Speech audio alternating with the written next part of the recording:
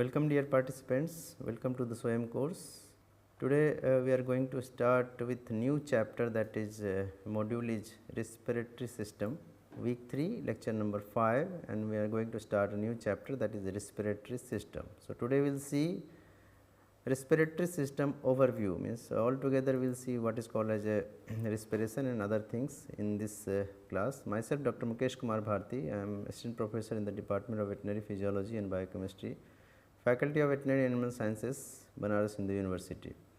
So, first we will see what are the things we will see in this chapter, what are the study in this chapter. So, we will see what is called as a respiration, then we will see the other than respiratory function, what are the function of lungs and the respiratory passage. Then we will see respiratory apparatus, what is called respiratory apparatus, different cells which are present in the lungs. Then we will see respiratory membrane, how it is separated from the blood cells. Then we will see what is the diffusing capacity of the respiratory membrane. Then we will see the types of breathing, and finally, we will see the respiratory frequency, what is called respiratory frequency, and at the end we will see what is called as a lung sound. So, in brief we will discuss all these things in today's lecture.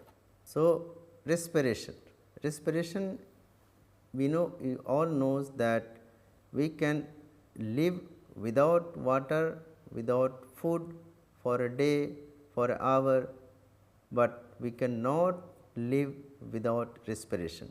So, respiration is so crucial to us that we cannot live in the minute without respiration. So, it is a very vital process in the body. So, first breath, as we know, that takes place after birth only, because inside the mother body the fetus are getting respiration and everything through the placenta only. So, through the placenta, mother's connection placenta only, the fetus are getting respiration, they are getting excretion, whatever the excretory product are there, that are also getting through the placenta, and what are the materials they receive for their survival, that is also they are getting through the placenta. So, before birth the fetus means an animal or human being are not taking any kind of respiration. So, first breath is taking place only after the birth of the animal. As we know that fetal lungs are non-functional, they are not functioning. So, that is why once the animals are born, they are just whatever the mucus is there surrounding their nasal membrane, they are just cleaning up. So, what is the function or benefit of that in cleaning? That they will allow to respire. So, that is the importance of having cleaning and all the mucus and everything after the parturition, when once the animals or the baby birth.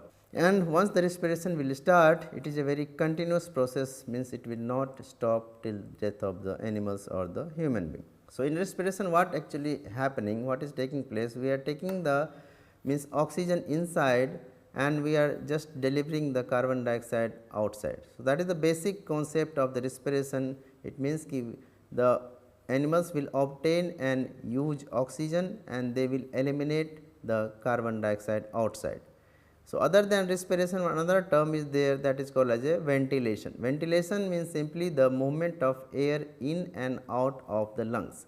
So, difference between ventilation and respiration is that during the respiration, once we are taking the oxygen inside, they are getting distributed, they are getting exchanged with the blood cells. So, the exchange is taking place, but during the ventilation, that is the process of simply taking the air inside and outside, that is called as a ventilations.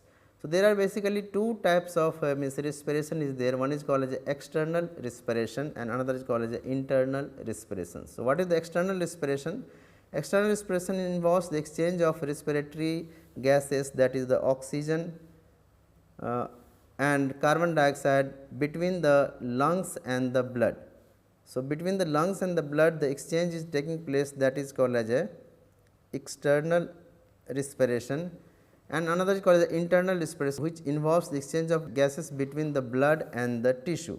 So, external respiration means between the lungs and the blood, and once it will go into the blood, between the blood and the tissue, if the exchange is taking place, that is called as a internal respiration. That is the two types of respiration. So, that is about the respiration. Now, we will see I told that other than respiration, lungs and respiratory passages have several important functions. So, what are the functions are there for the lungs and respiratory passage other than respiration is that it help in the olfactions. It have a very important function of olfactions. Olfactory receptors are present in the mucous membrane of the nostrils and are responsible for the olfactory sensation.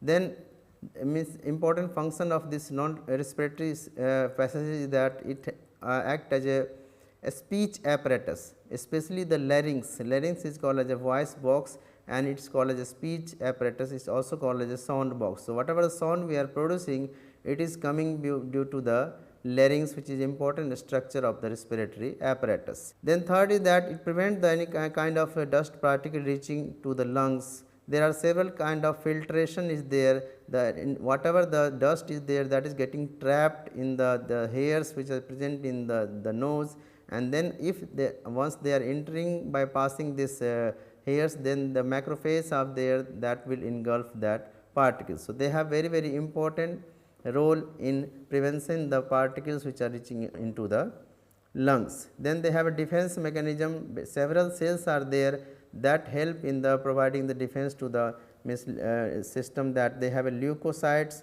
macrophages are there, then mast cells, natural killer cells and the dendritic cells. These cells will help in the providing the defense mechanism to the respiratory apparatus. Then this respiratory have also important role in the regulation of body temperature, especially during the when the dogs are doing panting, during the excessive loss of heat will takes place when the heat load is there in the during summer. If they are expiring frequently, they are releasing the heat from the body. So, they have a very important role in providing the heat loss, that is the maintaining the body temperature. Then it have also important role in the regulation of acid base balance, that the carbon dioxide which are producing that combined with the water to form the carbonic acid, and then that breakage will lead to the formation of hydrogen ion and the bicarbonate ion. So, that also have very important role in the providing the acid base balance to the body. Then they have anticoagulant functions, that mast cells is there that produce the heparin, and we all know that heparin act as a natural anticoagulants. Then it have also role in the secretion of angiotensin converting enzyme ACE. ACE has very important role in the preventing the creating the blood pressure, because angiotensin converting enzyme help in the conversion of angiotensin 1 to angiotensin 2, and angiotensin 2 we all know that it act as a potent vasoconstrictor. So, it has a very important role in maintaining the blood pressure. And last is that synthesis of very important hormonal substance. It help in also production of prostaglandins, acetylcholines, serotonin and other hormones. So, in this way lungs and respiratory passage does not have only the respiratory functions, they also have non-respiratory functions, and that is also very important for the body. Coming to the respiratory apparatus consists of two important components. One is called as a upper respiratory tract, that consists of the nose, nasal cavity, pharynx and larynx. That is also called as a conducting pathway, conducting zone. Whatever the air we are inhaling, that if they are coming through that part up to the larynx, that is called as a conducting zone. So, that is the upper respiratory tract, and another is called the lower respiratory tract, that includes the trachea, bronchi, bronchioles and alveoli. So, that is called as the lower respiratory tract. So, basically the exchange of gases is taking place, that we will come to know. Basically it is alveoli, and that is a part of the lower respiratory tract. So, respiratory apparatus is divided into upper respiratory tract and the lower respiratory tract. If we talk about something about the external nares, that is about the nostrils. So, for the animals it is very important to understand little concept regarding the external nares. Why some animals have the wider nostril and why some animals have the narrow nostril. So, that is the significance of having the wider nostril is that they can accommodate more amount of air and they can exhale more amount of air.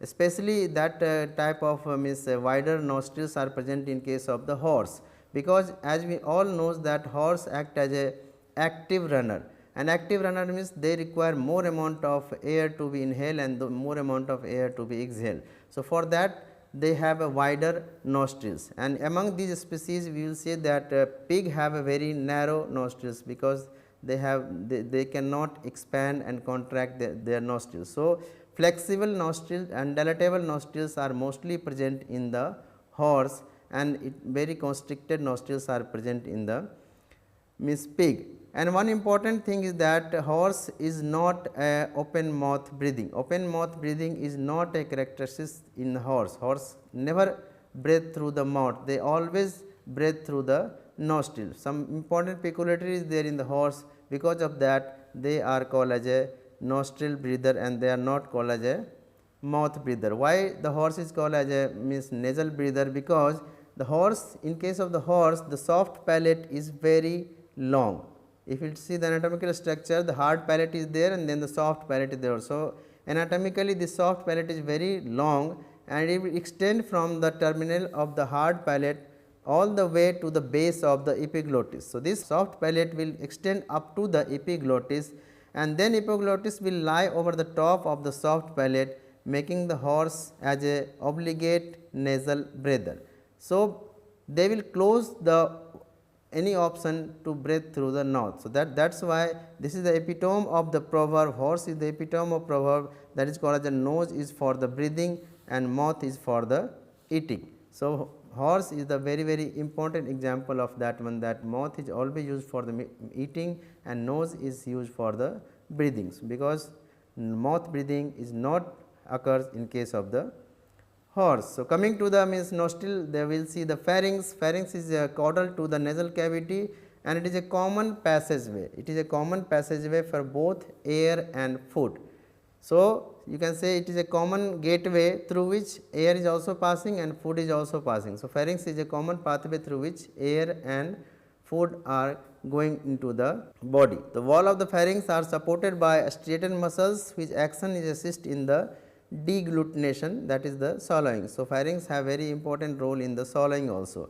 If we see anatomically, the pharynx have 7 openings that includes the 2 posterior nares passages, 2 posterior nasal passages there, 2 eustachian tube opening is there, means both the ear have this opening, then 1 oral or mouth cavity will be there, then 1 laryngeal opening will be there and another is the esophageal opening. So, total altogether there are 7 openings are there for the esophagus, 2 posterior nasal, 2 eustachian tube, 1 mouth, 1 laryngeal opening and another is the esophageal opening.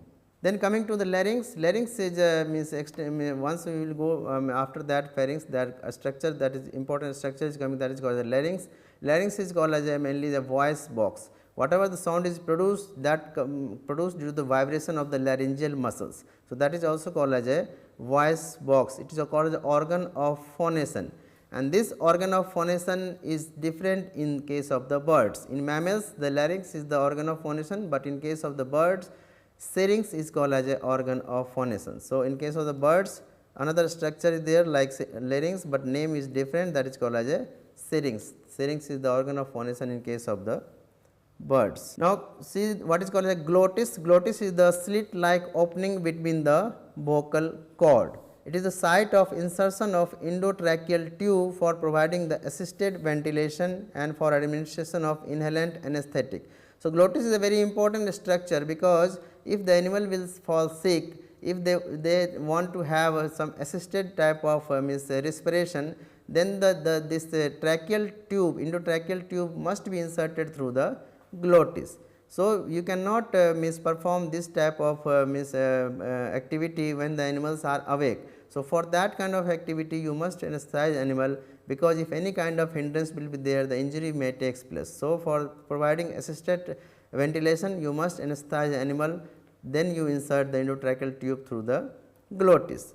Then after the glottis, another important structure is there, that is called the epiglottis, which is cranial to the glottis, and epiglottis is a leaf shaped plate of cartilage located at the roof of the tongue, and it bent over the larynx and it prevent the entry of any kind of food particle into the larynx. So, it totally cover the larynx, leaf like structure is there, totally cover the larynx. So, while eating or drinking, this be automatically cover the larynx. So, that is why any kind of food particle or water is not going into the trachea or larynx. Accidentally if something will happen, sometimes we are drinking means water, or sometimes we are taking food, accidentally if you go into the trachea, immediately the hiccup will takes place, and means they try to take out that particle from the trachea. So, that is the important function of the epiglottis, it totally cover the larynx. Then coming to the trachea, trachea is say the passageway for the air to the lungs,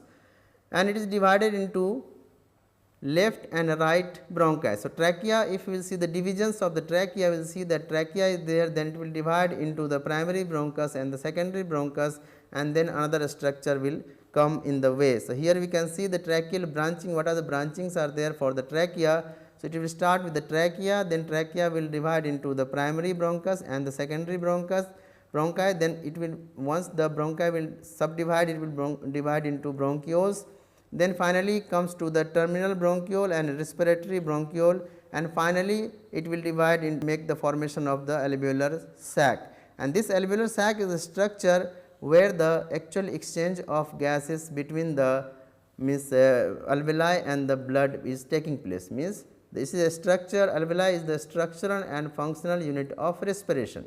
Means ki whatever the exchange is taking place between the lung tissue and the blood, that is taking place at the place of alveoli only. So, that is the final extension of the that tracheal tissue, that finally the lung alveoli.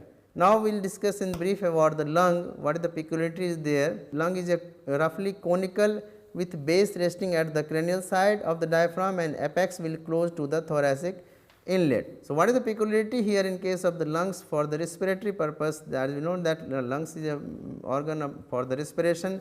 It have a important structure that is called as a pleura, pleura means the covering of the lungs. So, here peculiarity is there that this pleura is made up of mainly two, one is called as a visceral pleura and another is called as a parietal pleura. So, visceral pleura means the inner one is called as a visceral pleura, inner lining, and outer lining is called as a parietal pleura. So, what is the significance of that is that in between two layer, the intrapleural space is there, that is filled with the lubricated fluid, and that provides some kind of frictionless movement of the lungs during the inspiration and the expiration. So, it secretes some kind of serous fluid that provide the lubrication and provide the frictionless movement during the inspiration and the expiration.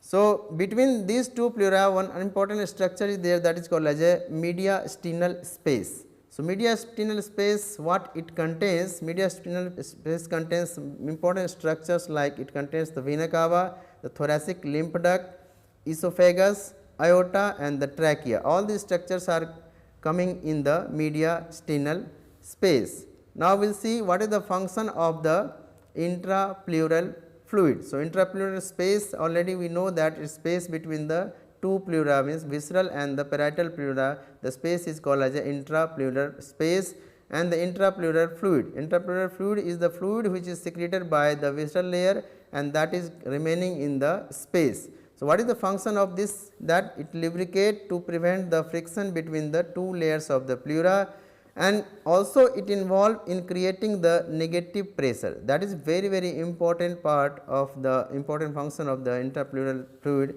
that involved in creating negative pressure called the intrapleural pressure. Two types of pressure is there, that later on we will discuss. One is called as a intrapleural pressure, another called the intraalveolar pressures. They have very important significant role in the inspiration as well as in the expiration. So, this involved in creating negative pressure called intrapleural pressure within the intrapleural space. Sometimes some pathological condition may develop that pleural cavity will have accumulation of some kind of thing, like if the accumulation of air will takes place, that is called as a pneumothorax. Pneumo means air, and if it is in thoracic cavity, that is pneumothorax. If water entry will takes place, that is called as a hydrothorax. If blood will enter, then that is called as a hemothorax, or if pus will enter, then it is called as a pyothorax. So, these are the pathological conditions, sometimes this may occurs. So, that is a technical term that we must understand. Now, what are the different cells which are present in the lungs? In the lungs, there are basically 4 different types of cells are present. One is called as a type 1 alveolar cells. These are the predominant cells which is of simple squamous epithelium, and this is the main site of gaseous exchange. This is the cells type 1 cells mainly help in the exchange of gases between the alveoli and the blood, and it mainly made up of simple squamous epithelium. Then second is very important, called as the type 2 alveolar cells. This is cuboidal epithelial cells containing the microvilli and that secrete alveolar fluid containing the surfactant. So, surfactant is a substance which reduces the surface tension. So, that later on we will discuss in detail what is the surfactant. Here we have to understand that type 2 alveolar cells secrete the important substance that is called as a surfactant, and it have a property to reduce the surface tension. Third cell is called as alveolar macrophage. It is also called as a dust cell which will remove the debris from the lungs, and fourth cell is called as a fibroblast which produce elastic kind of fiber. So, these are the 4 types of cells which are present in the lungs. Then we will talk about the what is called as the respiratory membrane. Respiratory membrane, as we know that respiratory membranes are very thin structure that is measured in micrometer. So, it is extremely thin and it is present between the alveoli and almost have a interconnecting capillary. So, this alveolar respiratory membranes are surrounded by the network of blood capillary, because I told that exchange is taking place between the alveoli and the blood vessels. So, microvilli are surrounding this respiratory membrane. Further, this exchange takes place between the respiratory membrane through a pulmonary membrane, or it is also called as a respiratory membrane. So, we will see what is the structure of this respiratory membrane. It is said that respiratory membrane thickness is only 0.5 micrometer. Its thickness is very thin. It is measured in 0.5 micrometer, but its surface area is 70 square meter. Its surface area is very large, but its thickness is very small. The respiratory membrane is the membranous structure through which the exchange of gases is taking place, and this respiratory membrane separate the air in the alveoli from the blood in the capillary. So, this is a very thin structure which separate the air and the blood in between, and then exchange is taking place. Now, we will discuss how the diffusion has been taking place. What is the diffusing capacity of the respiratory membrane, how the diffusion has been taking place, and what are the factors responsible for the diffusion of gas through the membrane.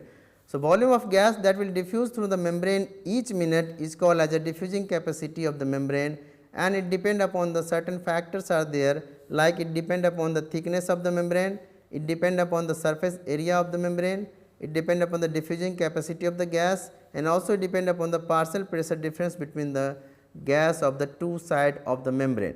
So, thickness of the membrane means if thickness will be more, naturally the diffusion will be less. If surface area will be more exchange will takes place. Then diffusion coefficient, if diffusion coefficient of some gas is more, then naturally for that gas diffusion will be more. And also the partial pressure difference, as we know that if the partial pressure of gas will be more, they will diffuse from higher partial pressure to the lower partial pressure. So, all these factors will determine the diffusing capacity of the membrane. Some means data is there that diffusion capacity of oxygen is around 21 ml per minute per mmHg, and but during strenuous exercise this value will increase to around 65 ml per minute per kg. But in case of the carbon dioxide, this value goes around 400 to 450 ml per minute per kg. It means ki diffusing capacity of carbon dioxide is around 20 to 22 times more compared to that of the oxygen. Now, what is called as the respiratory cycle? Respiratory cycle means consists of two important cycle. One is called as a inspiratory phase and another called as a expiratory phase. Means inspiration, whatever the air we are inhaling, that is called as a inspiratory phase, and whatever the air we are exhaling, that is called as a expiratory phase.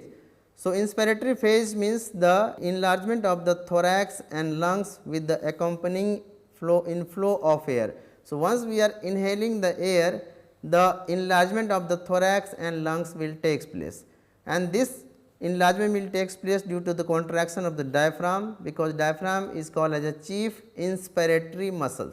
Means main muscle which help in the inspiratory process is the called as the diaphragm. In case of the mammals, birds do not have the diaphragm. So, in case of the mammals, this is called as chief inspiratory muscles. Then second is that the contraction of the external intercostal muscle. So, diaphragm and the external intercostal muscle act as a chief inspiratory muscle. Then second is the expiratory phase, means once the expiration will takes place, then there will be the decrease in the size of the thorax and lungs. The size of thorax and lungs will takes place, that decrease the size of the thorax with the outflow of air. So, diaphragm and intercostal muscle will relax and this will distended the thorax and abdomen will come into the original position. Here internal intercostal muscles and abdominal muscles act as a primary and accessory expiratory muscles. So, intercostal muscles and abdominal muscles will act as a primary and accessory means expiratory muscles. So, normally inspiration process is inspiration is require effort. So, it is a active process. During inspiration we require some kind of effort, we require some kind of energy. So, that is a active process, but expiration is a passive process. Expiration does not require any kind of energy, but exception is that in case of the horse, both expiration as well as both inspiration as well as expiration is a active process, because horse is a active runner, it requires so much amount of air to inhale and exhale. So, that is why the horse, in case of the horse, both inspiration and expiration is a active process, but naturally in other animals inspiration is active process, whereas the expiration is a passive process. So, types of breathing we will discuss that there are mainly two types of breathing. One is called the abdominal breathing, in which the downward and the upward movement of diaphragm will takes place, that will lead to the lengthening and the shortening of the chest cavity, and another is called as a coastal type of breathing, where the ribs movement will takes place. By the elevation and depression of the ribs, that will increase or decrease the diameter of the chest cavity. So, there are two types of breathing, one is called as abdominal breathing by the movement of the diaphragm, and another is called as a coastal breathing by the movement of the chest cavity, that is movement of the due to the ribs. Third is called as a complementary breathing, that is characterized by the deep inspiration and the deep expiration. So, that type of breathing mainly means occurs due to the some kind of if you are have done more work, that then that type of breathing may be characterized, but this type of complementary breathing is not characterized in case of the horse. So, horse is another exception is that where the complementary type of breathing is not taking place. Another breathing called as a periodic breathing, this is abnormal type of breathing where the normal rhythm of respiration will not takes place, and this periodic breathing will occurs in a rapid succession, and there will be the apnea. Once it will come in higher succession, then there will be the apnea, and then breathing will takes place. So, this is not a normal type of breathing, it is a abnormal type of breathing called as a periodic breathing, and this is of two types, one is called a chain stalk breathing, another is called as a Biot's breathing. So, I am not going to discuss about the abnormal breathing, I will just tell you about these are the types of breathing, we will mainly focus on the normal breathing pattern. So, these are the states of breathing, very important states of breathing, very important definition is there, that one is called as eupnea. Eupnea means normal quiet breathing. If you are doing normal quiet breathing, then that is called as a eupnea. Dyspnea means if there is a difficulty in the breathing, then that is termed as a dyspnea. Hyperpnea means if there is a higher frequency of breathing as well as the depth of the, in this case, in case of the hyperpnea, there will be the increased depth and the frequency of breathing. More number of breathing with more depth, that is called as hyperpnea. Polypnea means rapid, there will be the rapid shallow breathing, more number of breathing will take place at a rapid succession, that is called as a polypnea. Apnea means cessation of breathing, if breathing will stop, then that is termed as a apnea. Tachypnea is like a polypnea, but here the difference is there will be the excessive rapidity of breathing. Polypnea means shallow breathing will take place, but tachypnea means excessive rapidity of breathing will take place, and another is called as a bradypnea, means there will be slowness of breathing will take place. These are the states of breathing, very important definitions to understand.